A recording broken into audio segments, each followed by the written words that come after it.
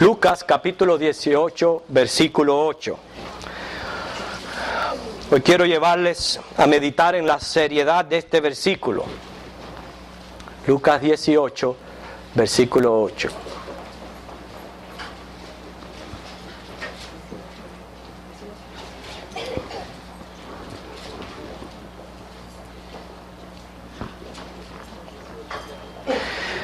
Vamos a leer después de ese pero que encontramos ahí. Pero cuando venga el Hijo del Hombre, noten la pregunta que hace: ¿hallará fe en la tierra? Cuando venga el Hijo del Hombre, ¿hallará fe en la tierra? Oremos. En este momento, Señor, lo que queremos, Señor, es que tú nos hables. Pues hemos venido a tu casa con deseos de adorarte, pero con hambre y sed de tu justicia, con hambre y sed de tu palabra, necesitados de ti, Señor, que tu palabra nos dé la fuerza y el coraje que necesitamos para seguir adelante. Espíritu Santo entre nosotros, haz tu obra en cada individuo. Haz tu obra, Señor, porque soberanamente tienes propósitos para con nosotros. Bendice este tu mensaje. En Jesucristo oramos. Amén. Qué impresionante pregunta, ¿verdad? Cuando venga el Hijo del Hombre, hallará fe en la tierra. Cuando Cristo venga a buscar su iglesia, ¿me hallará como creyente? ¿Me va a hallar Cristo como creyente cuando Él venga? Nosotros vamos a proyectar nuestra fe en la manera de conducirnos en la vida. Y nos conducimos delante de muchos testigos, sobre todo delante de los ojos escudriñadores de Cristo. ¿Se imagina usted que al buzón de esta propiedad encontráramos de repente una carta y que el remitente diga: del trono celestial a la Iglesia Bautista Gracia? ¿Se imagina encontrar una carta así? Bueno, yo quiero decirle que hace más de 2000 años Jesucristo nos envió una carta, la carta a la Odisea. Y esta carta nos va a ayudar a abrir los ojos, a despertar, a sentir la necesidad de entregar de corazón nuestras vidas a Él. Eso es lo que vamos a procurar a través de este mensaje. Precisamente eso, que esta carta abra nuestros ojos, nos despierte, nos haga sentir necesidad de entregarnos a Cristo. Quiero darle algunos datos acerca de la ciudad de la Odisea. La Odisea significa justicia o juicio del pueblo. Y esta ciudad fue fundada por Antíoco II en los años 261 al 246 a.C. Y la Odisea era el nombre de su esposa. Antíoco, por querer ser agradable y por un gesto de amabilidad, le puso el nombre de su esposa a esta ciudad, a lo cual ella le agradeció envenenándolo.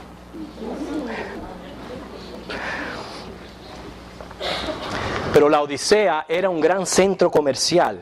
En los años 60 y 61 se dice que fue sacudida por varios y constantes terremotos.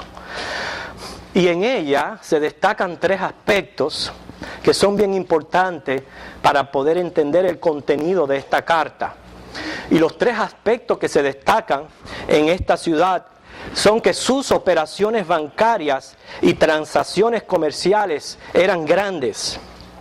También se identificaban por la industria del tejido, muy en especial la lana fina, lo cual era muy delicada en aquel entonces. Y también eran famosos por sus alfombras. Era la sede de una escuela de medicina. Se destacaban, inclusive pues se enorgullecían de los oculistas.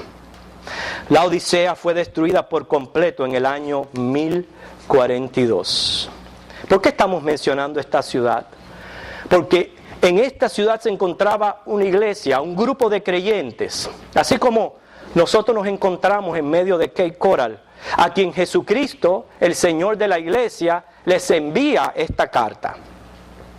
Los 7 candeleros de oro que contempló Juan, que podemos leer en los primeros capítulos de Apocalipsis, representan 7 iglesias que, existiendo en ese tiempo, revelarían un mensaje histórico y a la vez profético. En estas iglesias se encontrarían características y problemas de cosas que le van a suceder a todas las congregaciones. Caracterizarían también la historia eclesiástica en 7 épocas, desde Cristo hasta el rapto. ¿Por qué decimos que estas cartas tenían estos propósitos? Porque habían otras congregaciones en Asia Menor, habían otras iglesias. Sin embargo, no se les envía carta, solamente a estas 7. Tenían el triple propósito, número 1, de señalar una situación específica en una iglesia local en Asia Menor. Segundo, profetizar la característica eclesiástica de una época en la historia. De revelar mensajes a las iglesias de cualquier época. Así que la Odisea, creemos que abarca los últimos tiempos de la iglesia antes del rapto. Esto es lo que hace que esta carta sea atendida muy en serio por parte de los que formamos parte de la iglesia, y muy en especial por los jóvenes aquí presentes. Todos ustedes jóvenes, adolescentes, ustedes son la iglesia de hoy y del mañana. Y es muy importante que atiendan muy en serio el mensaje de esta carta. Muchos sabemos que se acerca una gran tribulación a la tierra. Usted sabe eso, ¿verdad? Que se acerca una gran tribulación a esta tierra. Hemos dicho en este púlpito, la única manera de escapar de esta tribulación va a ser o la muerte o el rapto. No hay otra manera de escapar de esta tribulación. Que la promesa de escape solamente es para la iglesia de Cristo. Fíjense todas las verdades que estamos afirmando.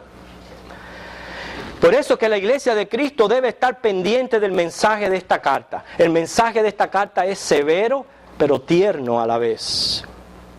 Es triste que esta iglesia solamente recibe reproches de parte del Señor. Ahora sí, vamos a Apocalipsis capítulo 3 y veamos el contenido de esta carta. Apocalipsis 3, versículos 14 al 22.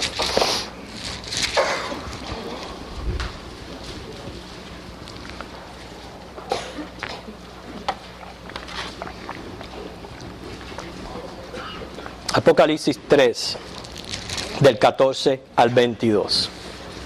Dice así: y escribe al ángel de la iglesia en la Odisea: he aquí el Amén, el testigo fiel y verdadero, el principio de la creación de Dios, dice esto: yo conozco tus obras, que ni eres frío ni caliente. Ojalá fueses frío o caliente. Pero por cuanto eres tibio y no frío ni caliente, te vomitaré de mi boca. Porque tú dices: yo soy rico y me he enriquecido, y de ninguna cosa tengo necesidad. Y no sabes que tú eres un desventurado, un miserable, pobre, ciego y desnudo. Por tanto, yo te aconsejo que de mí compres oro refinado en fuego para que seas rico, y vestiduras blancas para vestirte, y que no se descubra la vergüenza de tu desnudez, y unge tus ojos con colirio para que veas. Yo reprendo y castigo a todos los que amo. Sé pues celoso y arrepiéntete. He aquí yo estoy a la puerta y llamo. Si alguno oye mi voz y abre la puerta, entraré a él y cenaré con él y él conmigo. Al que venciere, le daré que se siente conmigo en mi trono, así como yo he vencido y me he sentado con mi Padre en su trono. El que tiene oído, oiga lo que el Espíritu dice a las iglesias. Rápidamente, Jesucristo se presenta a la iglesia número 1 como el Amén. ¿Qué significa esto? Que Cristo es aquel en quien la revelación de Dios haya su perfecto cumplimiento. Cristo además se presenta como el testigo fiel. Significa que Cristo sabe lo que dice y lo que dice es verdadero. Preste atención a la palabra de Dios y a lo que Dios dice en su palabra, porque lo que Él dice aquí se va a cumplir, porque así está escrito. También se presenta como el principio de la creación de Dios. No solamente significa que Cristo es aquel por medio de quien Dios creó todas las cosas, sino también Él es el creador de la iglesia, Él la fundó en Él. Él fue el que creó la iglesia. Inmediatamente después que Jesucristo se presenta, comienza a pronunciar sus rechazos. Ya hemos dicho que aquí no hay nada que alabar, a diferencia de otras iglesias de Asia Menor. ¿De qué pecaba esta iglesia? Fíjense, pecaba de autosuficiencia, eso lo dice el versículo 17. Dice, de ninguna cosa tengo necesidad. Pecaba de autosuficiencia. La autosuficiencia es una rama de la vanidad. Y es la soberbia de creerse que uno no necesita de nada ni de nadie. De eso pecaba esta iglesia. ¿Por qué? Porque la iglesia debe depender de su Señor. Es por eso que Cristo es cabeza de la iglesia. De la misma manera que nuestro cuerpo no puede funcionar sin que el cerebro mande señales y códigos, que se puede declarar a una persona vegetalmente muerta. ¿Por qué? Porque ahí está todo, está el corazón bombeando, están todos sus órganos funcionando, pero el cerebro no está mandando señales. Y la persona está ahí aparentemente viva, pero es un vegetal. Así es la iglesia sin Cristo. Cuando dice Cristo, yo soy la cabeza, es porque la iglesia tiene que depender en sus funciones completamente en Él. Y ya vemos aquí que esta iglesia pecaba de autosuficiencia. Noten cómo Cristo le dice, no eres frío ni caliente. No solamente eran autosuficientes, sino había una tibieza espiritual. Este mensaje le hacía sentido a la iglesia cuando la estaba recibiendo la carta, porque por debajo de ella pasaban unas cañerías de aguas termales que a lo largo del paso se iban entibiando al mezclarse con manantiales, y entonces el agua o era muy fría para bañarse o era demasiado caliente para beber.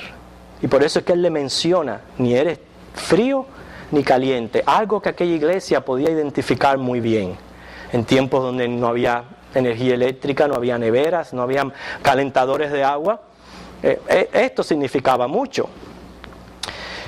Al apuntar a la característica espiritual de la iglesia, señalaba a aquellos que casi estaban persuadidos a ser cristianos.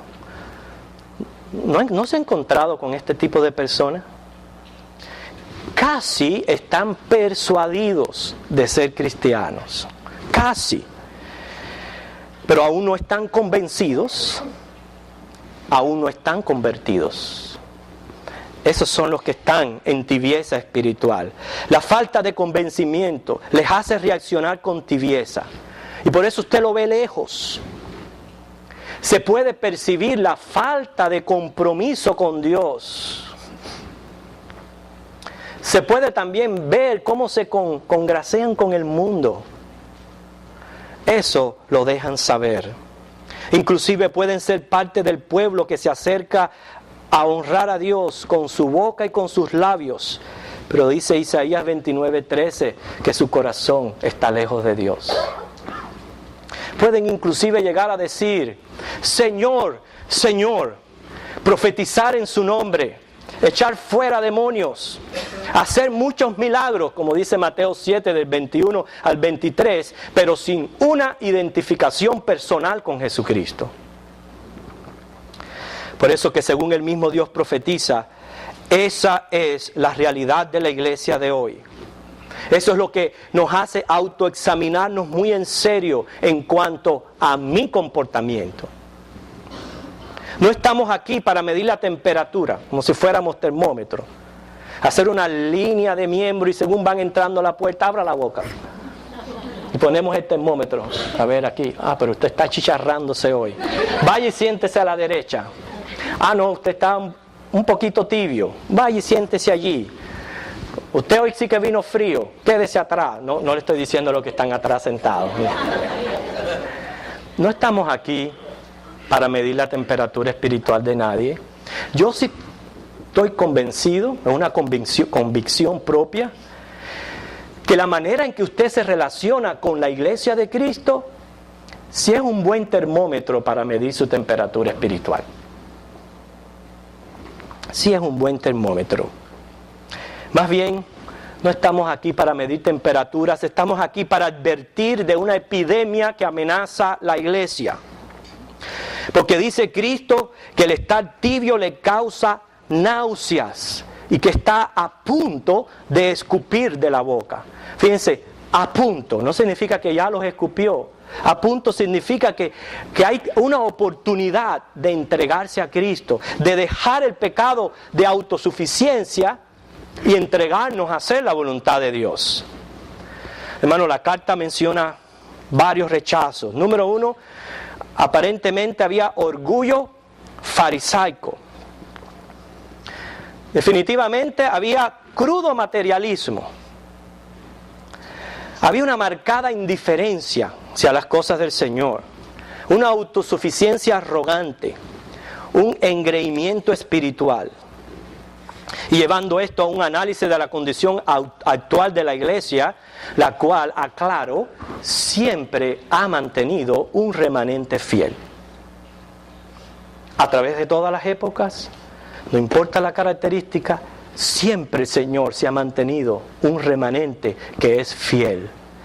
Pero al decir yo estas características, vaya analizando conmigo, en su mente, dialogando conmigo y diciendo, es cierto, así está la iglesia de hoy.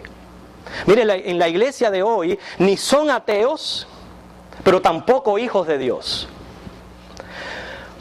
No están en el mundo, pero miran con atracción al mundo, como hizo la esposa de Lot.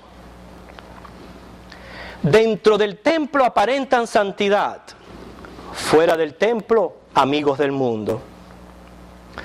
Dicen servir a Dios, pero más bien lo que sirven es al Dios dinero. Por la misma fuente echan agua dulce y amarga a la vez. Significa con la misma boca, tanto bendicen como maldicen. Y nada pasa. En otras palabras, muestra un estado de total tibieza. Comprende por qué Dios dice, ojalá fueres frío. Ojalá fueres caliente. Porque este estado de tibieza es grave. Porque muestra una falta de total entrega. Indecisión al seguir el discipulado. Falta de atención a la palabra de Dios. Falta de interés. Falta de deseos por evangelizar el mundo. Eso está ocurriendo en la iglesia de hoy. Desde el siglo XX la gente ha caído en una indiferencia hacia Dios. Las iglesias en su mayoría aparentan no contar con Dios para nada. Amadores de sí mismos, satisfechos en sí mismos, alabándose a sí mismos, persiguiendo la opulencia material más que las necesidades espirituales. Pendientes más bien en ofrecer un espectáculo que adorar a Dios en espíritu y en verdad. Acomodando a los hombres, no siguiendo la verdad de las Escrituras. Comprometiéndose más con los hombres que con Dios. Por eso es que irónicamente el Señor les dice, eres rica, pero pobre. Ciegos, a pesar de que se enorgullecen de sus oculistas. Desnudos, a pesar de su industria de lana fina. El Señor les dice eso. Por eso es que el Señor les recomienda, como vemos en el versículo 18, compra oro refinado en fuego. ¿Qué quiere decir? Que en vez de estar tan preocupado por las cosas materiales, hay que comprar de Cristo. Él es el productor, el proveedor de la vida y de la fe. En Cristo se encuentra todo lo que nosotros necesitamos para estar satisfechos. Y cuando estemos llenos en Cristo, no habrá lugar para las otras cosas. Quiere decir que no tendremos necesidad de lo demás. Pero no solamente le dice compra oro refinado en fuego, sino les recomienda vestiduras blancas. Qué contraste, ¿verdad? Con la lana negra que producía la ciudad. Ponte vestiduras blancas. Significa que el cristiano tiene, no es si yo quiero o no quiero, no es opción, no es si yo deseo, o voy a ver si voy a tratar, tiene que vestirse de santidad. Tiene que vestirse de manera decente, moral, que glorifique a Dios. La mujer cristiana no se viste como se viste la mujer del mundo, porque la mujer del mundo se viste de manera indecente. Se dice que las iglesias hoy día se parecen mucho a los Kentucky Fried Chicken. ¿En qué se parecen las iglesias a los Kentucky Fried Chicken? Que lo único que usted ve en las iglesias es muslo y pechuga.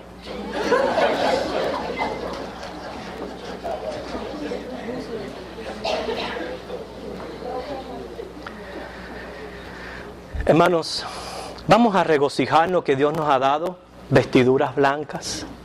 Mira lo que dice Isaías 61:10. Isaías 61:10.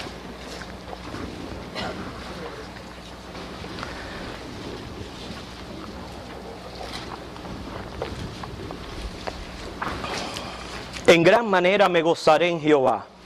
Mi alma se alegrará en mi Dios, porque me vistió con vestiduras de salvación, me rodeó de manto de justicia, como a novio me atavió y como a novia adornada con sus joyas. Vistámonos de santidad en toda nuestra manera de vivir. En tercer lugar, les habla de la disciplina. Quiere decir que si estamos en esta condición, y precisamente este es un gran mensaje de amor, ya que en 3 días se celebra el Día del Amor en este país, porque cuando el Señor nos disciplina y nos amonesta es porque Él nos ama. Él ama a sus hijos. Arrepentirnos y aceptar con gratitud cualquier forma disciplinaria que Cristo use para hacernos recapacitar es de sabio. Profunda, a una amistad sólida con cada uno de nosotros los creyentes. Cristo nos ama a cada uno de nosotros, repito, como si fuéramos la única persona que vive en el mundo. Eso lo dijo San Agustín. Cristo nos llamó, nos salvó, nos capacitó, nos santificó. Y Cristo quiere una amistad sólida con cada uno de nosotros particularmente. Es por eso que encontramos ese precioso versículo: he aquí, yo estoy a la puerta y llamo. Si alguno oye mi voz y abre la puerta, entraré a él, cenaré con él y él conmigo. Noten que este versículo, la puerta, es símbolo del pecado de autosuficiencia que caracteriza esta iglesia. Eso es lo que simboliza la puerta. Algunos toman este versículo y lo usan para evangelismo, como si fuera la puerta del corazón, pero yo no estoy de acuerdo con eso. Esta puerta significa pecado de autosuficiencia, porque está cerrada. Y Cristo está tocando y no le dejan entrar. ¿Qué significa esto, hermano? Esto es grave. Son iglesias que trabajan, que operan sin contar con Cristo. Dentro hacen las cosas que le desagradan. No quieren dejar que Cristo entre, porque cuando Cristo entra es a poner las cosas en su lugar. Es a arreglar, es a adornar, es a limpiar. Y no quieren, lo mantienen fuera porque están pecando de autosuficiencia. No quieren arreglar sus vidas. Y por eso que Jesús con ternura hace un llamado a que se arrepientan, a que le dejen entrar a sus vidas para que Él las arregle, para que Él nos ayude. La invitación es a tener comunión íntima con Él. Cada creyente que forma parte de la iglesia tiene que responder a este llamado de manera muy personal. Y luego el conjunto de la iglesia nos va a caracterizar como iglesia local. El concepto general que proféticamente anuncia esta carta no tiene que ser mi condición, ni tiene que ser la condición particular de esta congregación, perdonen. No tiene que ser. Recuerden, no soy yo el que estoy denunciando esto, es Cristo a través de esta carta. Que el Señor nos ayude a mantener un buen testimonio ante sus ojos, de una manera privada, para que después podamos proyectarlo corporalmente. Concluyo. Aquí tenemos una carta enviada a la iglesia Laodicea. Laodicea, a la vez en contenido profético, va a detallar la característica de la iglesia de los últimos días.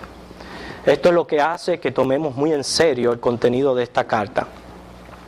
El rechazo que hace el Señor es de una total indiferencia hacia Él. Pecado de autosuficiencia y mezclado con concupiscencia en lo material. Ese es el rechazo de Cristo.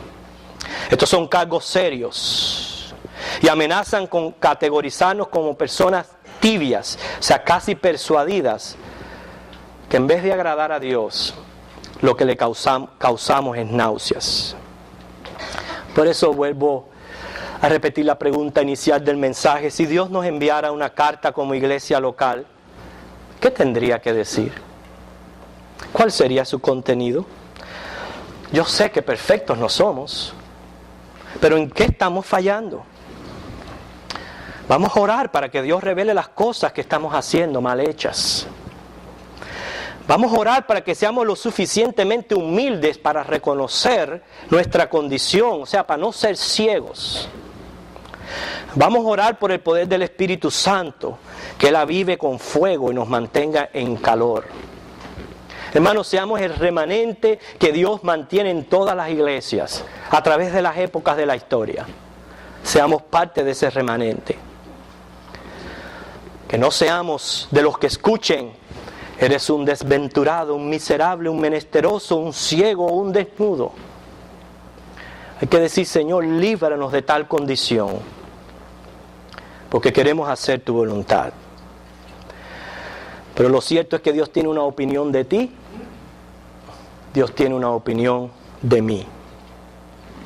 Y Dios quiere que seamos parte de los que se mantienen en ese calor, activos, dependientes, confiando en Cristo, esperando su venida. Dios no quiere que seamos fríos con las cosas de Él, ni menos que nos acostumbremos a la tibieza espiritual. Escuche, es muy difícil salir de una situación donde ya no se siente remordimiento, donde la conciencia se ha cauterizado de manera tal que caemos en un conformismo con nosotros mismos, que ni reconocemos que estamos mal y lo que estamos es peores. Cuidado con ese estado espiritual. Dios nos quiere activos, entusiastas, expectantes, dependientes, fervorosos, esperando su venida. Así que, hermanos, vamos a orar. Lo único que podemos hacer, si tenemos una carta con este contenido, si tenemos la amenaza de esta epidemia de autosuficiencia y materialismo, lo único que podemos es orar. Orar para que el Señor nos libre, para que no seamos influenciados ni afectados por todo lo que está a nuestro alrededor. Para que nos enfoquemos de una manera personal en nuestra relación con Cristo. Para que le pidamos a Él renovación. No seamos autosuficientes. Humillémonos delante de Él. Pidamos renovación espiritual, avivamiento del Espíritu Santo. Para que yo de ahora en adelante tome las cosas de Dios en serio. Para que yo de ahora en adelante me entregue con más fervor a la obra. Sirva con más entusiasmo al Señor. En cualquier rama que el Señor me ha llamado a servir, de cualquier manera que Él quiera que yo ejerza mis dones y talentos. Pero si yo me he estancado o he caído en esta tibieza espiritual y el Señor está a punto de vomitarme de su boca, son tiempos entonces para una seria consideración de su relación con el Señor.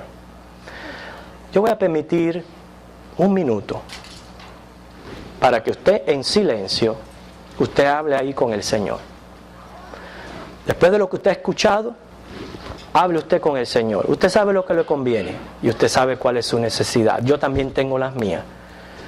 Permíteme orar.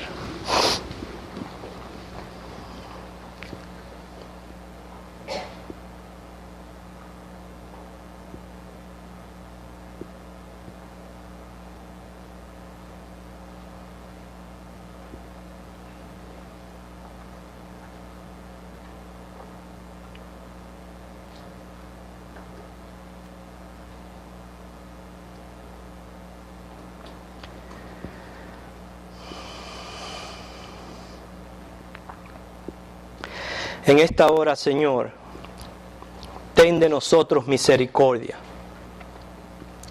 Gracias por el aviso. Gracias por la ternura con que tú nos llamas. Tú quieres que abramos la puerta de nuestra vida, que te dejemos entrar, para que organices y pongas en orden todo aquello que está sucio, que está contaminado, que necesita renovación. Yo no sé, mi hermano aquí presente, pero yo levanto mi mano con esta necesidad y te pido que entres. Yo no quiero pecar de autosuficiencia. Yo quiero humillarme delante de tu presencia, Dios. Yo quiero también que tú me apartes del materialismo. Yo quiero, Señor, que tú ilumines mis ojos ciegos y me permitas ver que tú vienes pronto, para ya dejar de congraciarme con el mundo y entregarme a ti. Yo quiero vestiduras blancas, a través de las cuales donde quiera que yo esté, yo pueda dar un testimonio de la santidad de tu vida. Y si es necesaria la disciplina, gracias por ella, Señor. Pero entra y arregla mi vida. Y espero que esta sea la petición de todos nosotros aquí presentes. Oh Señor, es triste el concepto que tienes de esta iglesia actual. Pero Señor, nosotros queremos ser hallados fieles delante de ti, personalmente y también como congregación. Danos luz, danos sabiduría, danos de la guía de tu Espíritu Santo. Ayúdanos a reconocer y arreglar las cosas que están mal hechas. Ayúdanos, Señor, a seguir dependiendo de ti, que tú eres la cabeza y Señor de esta iglesia. Ayúdanos a seguirte, Señor. Obra en esta congregación. Levántala, Señor, como un faro en medio de esta comunidad, Señor. Y como ejemplo y modelo en medio de lo que se está viviendo en las iglesias de hoy. No por orgullo propio, Señor, sino porque queremos agradarte y queremos hacer tu voluntad. Aviva nuestros corazones. Envía el fuego de tu Espíritu a cada uno de nosotros. Oramos en el nombre de Cristo. Amén. Señor les bendiga.